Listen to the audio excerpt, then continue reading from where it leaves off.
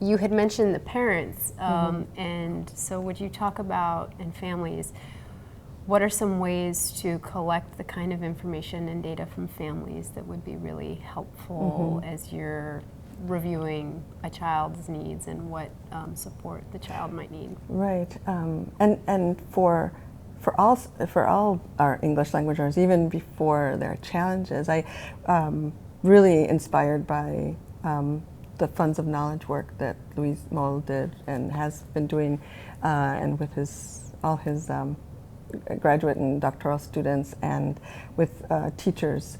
This view of teacher, sort of anthropologist, researcher, and really, believing that how important it is to gather these resources and strengths and assets that the family has as early as possible. One, because then you can reflect them in the curriculum, but also then you build a relationship with the family and you honor again the family. But then that moment when the child might be having, well, even before that. So if the parent can share with you in those moments challenges that they have experienced, that I'm really concerned about my son or my daughter because of this. It's so the alert comes up, and that you can be on the lookout and proactive about those challenges. But also, if once things get, maybe instruction becomes a little difficult or there's some challenges at school, the teacher has already created, or the school has already created, a relationship with the community, with the parents and the entire family, really, so that when we can ask those questions, well, at school we're seeing this. Is there anything that you see as well? And having that other lens. But it's hard.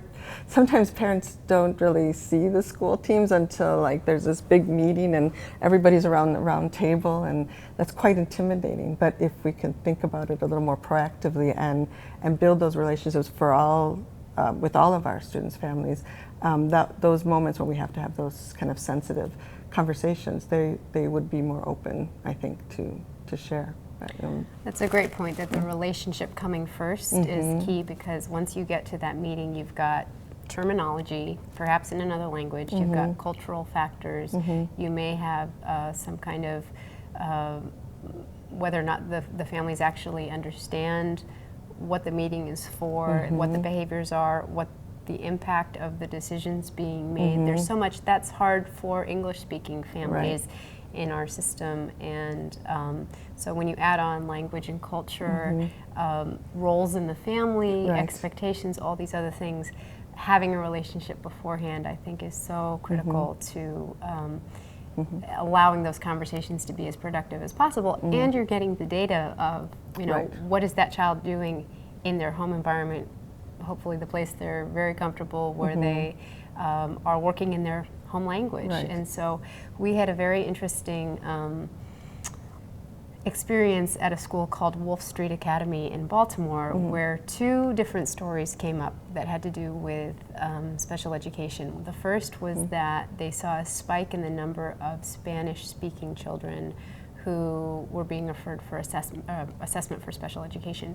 It was unusual. They looked into it. It turns out their first language was not Spanish, it was Mixtec. And so this language was a language that there was a stigma, and so the families hadn't told anybody they spoke it. And it turned out there was a whole community, and it had impacts on how the children spoke and wrote and learned and expressed themselves. And so the school really took that under their, kind of took the community on their wing and tried to work on some kind of cultural pride, as well as saying, okay, these are what the challenges are. On the other hand, we met a family where the mother thought that her daughter had attention issues. And it turned out when she got to kindergarten, the teacher noticed something was a little bit different than it should be, and she actually had a hearing issue. And so she hadn't been ignoring her mother, she wasn't hearing her. And the school worked to get a hearing aid and eventually a cochlear implant. I mean, it was a really impactful experience.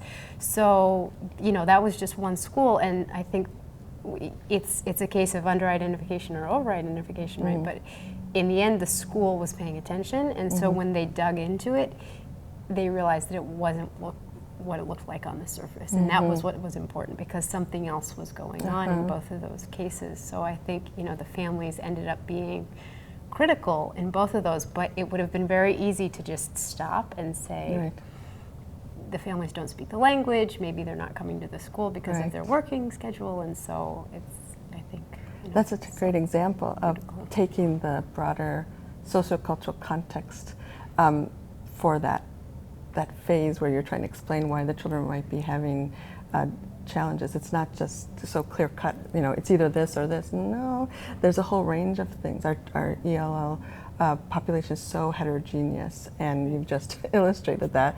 And so why they might be having challenges is as diverse as what you've just, in one school, is what you've just described. Right. And I believe I think they came from different countries, but they were all from Central America, and so there were some regional similarities.